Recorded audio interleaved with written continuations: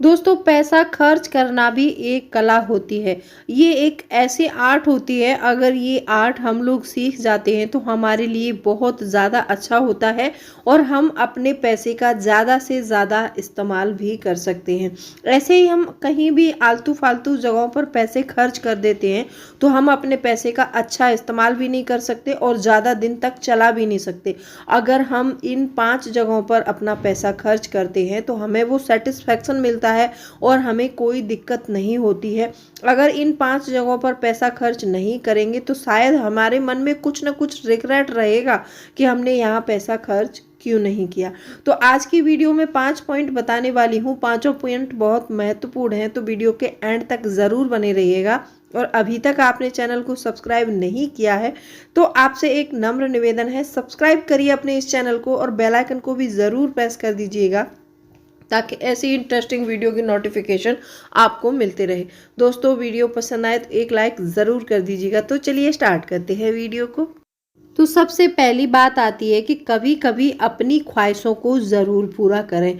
ऐसा होता है, देखिए, अगर हम जो कमा रहे हैं पैसा, हम जितना भी कमा रहे हैं उसमें तो हमारे परिवार की ज़रूरतें पूरी हो जाएं और हमारे इन्वेस्टमेंट पूरे होते रहें, वही काफ़ी है। अगर हमारे पास कोई भी एक्स्ट्रा इनकम सोर्स है और वहाँ से हमें, मान लीजिए कोई रेंटल प्रॉपर्टी है, वहाँ से हमें कुछ रेंट के रूप में पैसा आ रहा है, या फिर कोई गाड़ी हमारी चल रही है वहाँ से कुछ पैसा आ रहा है, अगर कहीं से भी कोई भी एक्स्ट्रा इनकम आ रहा है तो हमें कभी कभी अपनी ख्वाहिशों को ज़रूर पूरा करना चाहिए।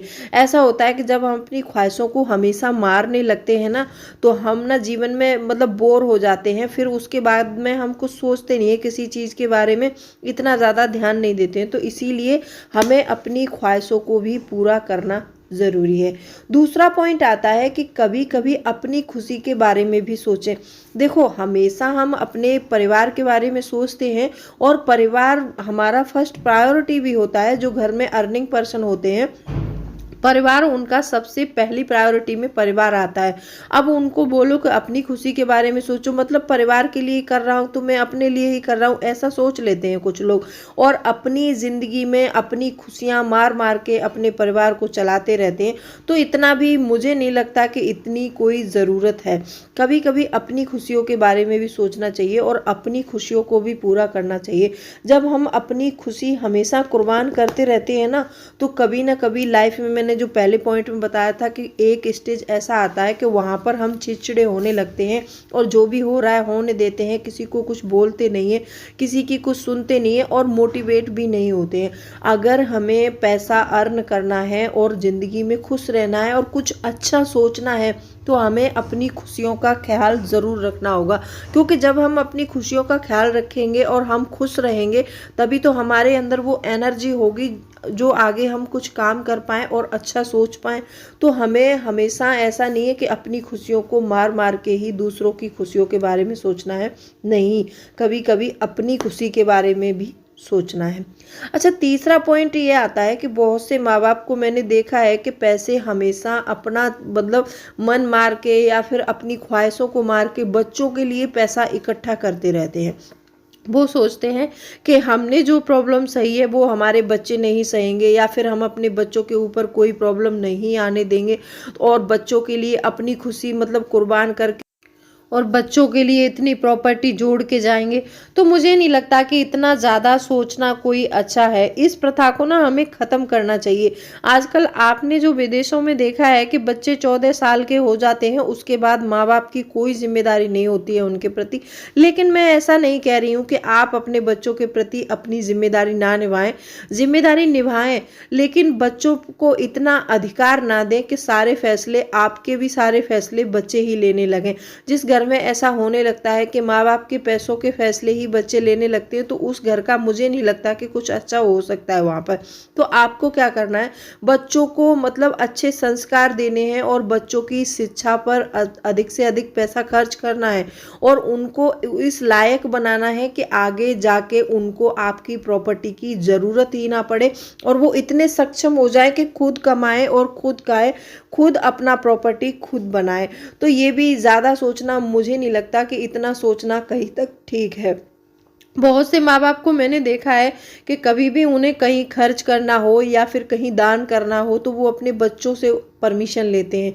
इतनी भी क्या ज़रूरत है, आपको अपने बच्चों से परमिशन लेने की कोई ज़रूरत नहीं है। वो आपका पैसा है, आप अपनी खुशी के अनुसार चाहे जैसे उसको यूज़ कर सकते हैं। लेकिन बच्चों से विचार विमर्श ज़रूर करना है। ऐसा नहीं है कि हम मतलब बच्चे कहेंगे उतना ही करेंगे, इतना कोई ज़रूरी नहीं है। बच्चों के बारे में भी सोचना है, लेकिन लिमिटेड सोचना है, इतना ज़्यादा सोचने की कोई ज़रूरत नहीं है। चौथा पॉइंट आता है यहाँ पर कि अपने आप से कभी भी समझौता ना करें। जहाँ कहीं भी आप पैसा खर्च कर रहे हैं वहाँ पर अपनी इच्छाओं से कभी भी समझौता नहीं करना है आपको। वहाँ पर होता क्या है कि आपके डबल पैसे खर्च हो जाते हैं। अब ये डबल पैसे कैसे खर्च हो जाते हैं मैं बताती हूँ। मान लो आपके आपके फैमिली में 10 या 12 लोग हैं और आपको लग रहा है कि मुझे ये मूवी देखनी है। आपका प्लान है मूवी देखने का कि मैं मूवी देखने जाऊँगा, लेकिन 10 लोग हैं, 10 लोगों के टिकट्स बहुत महंगे आएंगे तो आप वहां नहीं जा सकते हैं। अब फैमिली वाले बोल रहे हैं कि कोई नहीं, चलिए हम उस पार्क में चलते हैं, वहां का टिकट कम है या फिर वहां पर कम पैसे में हमारी ट्रिप हो सकती है। तो आपको वहां पर पार्क में जाने की कोई ज़रूरत नहीं है। अगर आपकी इच्छा मूवी देखने की है तो आप मूवी देखने जाइए। अगर उनकी इच्छा पार्क जाने की तो उनको पार्क जाने दीजिए। ऐसा होता है कि अगर मान लो घर वालों ने बोल दिया और आप भी उनके साथ में पार्क चल पड़े तो वहाँ पर होगा क्या कि क्योंकि आप पार्क चले तो जाएंगे, अपना मन मार के आप वहाँ चले तो जाएंगे, लेकिन फिर आपकी इच्छा दोबारा कभी होगी कि मुझे वो मूवी देखनी है, फिर आप वो मूवी देखने जाएंगे तो आपका ऐसे डबल पैसा खर्च होगा। ऐसे बहुत सारी चीज़ें हैं।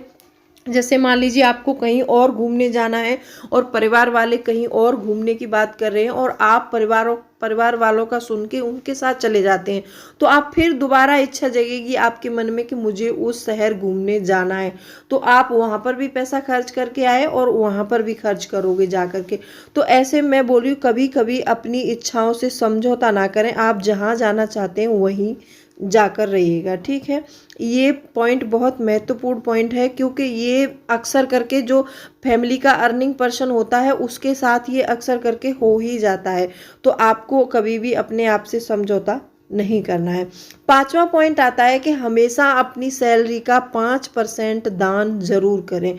ऐसा होता है, देखिए हम जो भी कमाते हैं, जितना भी कमाते हैं वो सारा परिवार के ऊपर खर्च करते हैं और अपने ऊपर खर्च करते हैं। जो हमारे आसपास जो हमारे साथ के कुछ गरीब भाई लोग होते हैं उनको हमेशा कुछ ना कुछ डोनेशन जरूर देना चाहिए हमें। होता है ऐसा है, देखिए मान लो आपके पास पैसे इतने ज़्यादा लिमिटेड पैसे, मतलब इतने ज़्यादा पैसे नहीं है कि आप उनको नए कपड़े दिला सकें, तो आप कोई नहीं, आपके जो पुराने और अच्छे कपड़े हैं उनको भी भेंट कर सकते हैं वहाँ पर, उनको भी जाके उनको डोनेट कर सकते हैं, उनसे भी उनका काम चल सकता है। और आपके पास आसपास कोई भी गरीब बच्चा है तो आप उसको जो पढ़ाई में अच्छा है उसको बुक्स वगैरह बैग वगैरह दे सकते हैं। तो ऐसे उनकी बहुत हेल्प हो सकती है। अगर हम इन 5 जगहों पर अपना पैसा खर्च करते हैं तो हमें मतलब प्रॉपर सेटिस्फैक्शन मिलता है और हमारा पैसा वेस्ट नहीं जाता है। तो इसीलिए मैंने आज इस वीडियो में 5 पॉइंट बताए हैं। तो कैसी लगी वीडियो कमेंट करके ज़रूर बताना। वीडियो अच्छी लगी हो तो वीडियो को लाइक शेयर ज़रूर कर देना। तो चलिए मिलती हूँ अगले वीडियो में, तब तक के लिए bye bye, thanks for watching.